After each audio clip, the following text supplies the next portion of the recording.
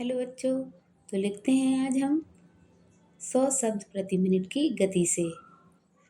ये उन बच्चों के लिए है जो कि एसएससी स्टेनोग्राफर ग्रेड सी की तैयारी कर रहे हैं।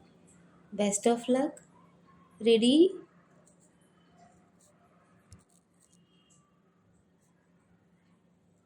स्टार्ट। महोदय, शिक्षा का अर्थ सीखना ही नहीं, सिखाना भी है। चाहे किसी भी तरीके से शिक्षा दी जाए, विद्यार्थी को कुछ ना कुछ प्रयत्न करना ही पड़ता है। परंतु पहले पहल स्विट्जरलैंड के प्रसिद्ध शिक्षा शास्त्री पेस्तोलाजी ने ही स्वशिक्षण कार्य द्वारा शिक्षण के सिद्धांत को शिक्षा प्रणाली में प्रतिष्ठित किया।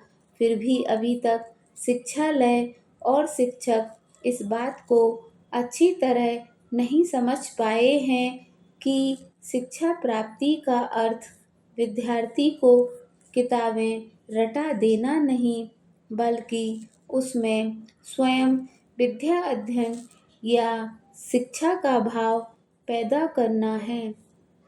वास्तविक शिक्षा वह है जिसमें विद्यार्थी अपने से सीखने या पढ़ने का प्रयत्न करता है और शिक्षक केवल उसका पथ प्रदर्शन और सहायता प्रदान करता है।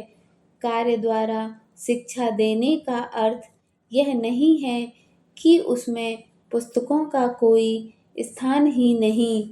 कुछ बुनियादी स्कूलों के शिक्षकों को यही भ्रम हो गया है कि बुनियादी स्कूलों में किताबी पढ़ाई की कोई आवश्यकता ही नहीं और विद्यार्थियों को केवल काम करना और खेलना चाहिए। परंतु यह बात ठीक नहीं है। विद्यार्थी का पथ प्रदर्शन करना और उससे ऐसा काम कराना जो शिक्षाप्रद हो बहुत आवश्यक है। काम के 4 प्रकार हैं: क्रीड़ा, खेल-कूद, शौकिया काम और वास्तविक काम। क्रीड़ा एक स्वाभाविक चीज है। प्रत्येक बच्चा क्रीड़ा करता है। बच्चे के क्रीड़ा करने के या खेलने के तरीके और साधन भी तरह-तरह के होते हैं। वह लकड़ी के एक टुकड़े को घोड़ा बना सकता है या कागज के एक टुकड़े को फूल मान लेता है। कभी-कभी वह अध्यापक बनता है तो कभी सिपाही और उसको इसी में आनंद आता है। खेल-कूद इससे आगे का अध्याय है। इससे बालक में शक्ति कुशलता और फुर्ती आती है। यही उसका उद्देश्य है। यदि खेल-कूद से रुपया कमाया जाए तब यह पेशा हो जाता है। तब इसे खेल-कूद का नाम नहीं दिया जा सकता। शौकिया काम और वास्तविक काम, इन दोनों का एक उद्देश्य रहता है। शौकिया काम उस काम को कहते हैं जो आनंद के लिए किया जाए। यह वास्तविक काम की तैयारी है।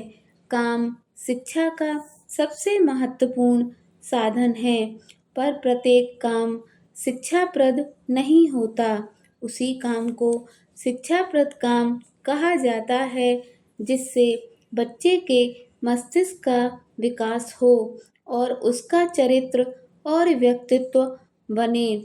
जब तक कि शारीरिक काम के साथ-साथ मानसिक काम ना हो, यंत्रवत जो काम किया जाए या जिस काम का कार्यकर्ता के मानसिक जीवन से कोई संबंध नहीं है, वह कभी शिक्षाप्रद नहीं हो सकता।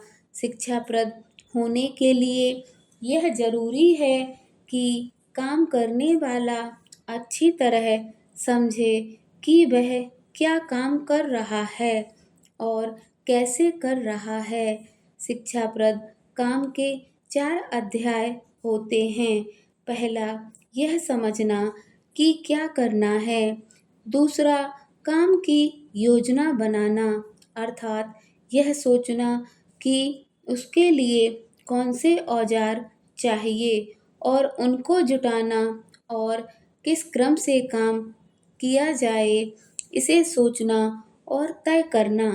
तीसरा अध्याय काम को करना है और चौथा अध्याय काम के बाद उसको परखना और यह देखना है कि उसमें कितनी सफलता मिली है और कितनी कोर कसर रह गई है। स्पष्ट है, तीसरे कार्य को छोड़कर ऊपर की सब क्रियाएं मानसिक क्रियाएं हैं। इससे स्थिति को समझने की, सोचने और योजना बनाकर उसके अनुसार काम करने की क्षमता विकसित होती है। सोचने या विचार करने की क्रिया का मानसिक विकास में बड़ा महत्व है। इसलिए इस बात का प्रबंध करना चाहिए कि शिक्षालयों में विद्यार्थी को सोचने या विचारने की शक्ति विकसित हो। शुरू में बच्चा तर्कयुक्त विचार नहीं कर सकता, उसमें स्वभाव से जिज्ञासा रहती है। यह सब चीज़ों का कारण जानना चाहता है और जो भी उसे बता दिया जाए उसको मान लेता है। यह एक प्रकार का सोचना है। दूसरे प्रकार का सोचना वह है कि जिससे गणित में संबंध पड़ता है। बच्चा शुद्ध में ठोस बातों को समझता है। ऐसे विचार जिनका कोई ठोस रूप नहीं है उसे सरलता से समझ में नहीं आते। इसलिए ऐसी क्रियाओं और पढ़ाई की व्यवस्था होनी चाहिए जिससे उसमें क्रमशः सोचने विचारने की शक्ति उदय हो। पुराने ढंग के स्कूलों में विद्यार्थियों को अनेक विषयों का ज्ञान कराया जाता है। नए प्रकार के या बुनियादी ढंग के स्कूलों में उसे कुछ काम सिखाए जाते हैं, पर इन दोनों ही बातों को शिक्षा नहीं कहा जा सकता। ज्ञान दो प्रकार का होता है, वह जो बता दिया जाए, दूसरा वह जिससे विद्यार्थी अपने प्रयत्न से या अपने अनुभव से प्राप्त करे। इसी कार्य कुशलता भी दो प्रकार की होती है। एक दूसरे के काम को देखकर उसकी नकल उतारना, जैसे किसी चित्र को देखकर वैसा ही बनाना। आप में से बहुत से अपने अपने कार्य क्षेत्र में विशेषज्ञ हैं और निसंदेह जब आप घटनाओं का काफ़ी ध्यानपूर्वक विश्लेषण करते हैं और बहुत से लोगों से आप उन घटनाओं के समझने में अपने पूरे अनुभव का उपयोग करते हैं, फिर भी यह बहुत संभव है कि जो धारणाएं लेकर आप चल रहे हों हमेशा ठीक ना हो। पैरा यह हो सकता है कि आपके विचारों का आधार रूप ऐसी कोई बात हो जो कि अप्रासंगिक नहीं रही। हो सकता है कि आप आज की गतिशील दुनिया का ध्यान रखते हुए विचार न कर रहे हों, बल्कि स्थिर संसार की कल्पना बनाकर विचार कर रहे हों। इस स्थिति का कारण मैं अनुभव करता हूँ कि आज भारत के वातावरण में एक महान अवास्तविकता आ गई है।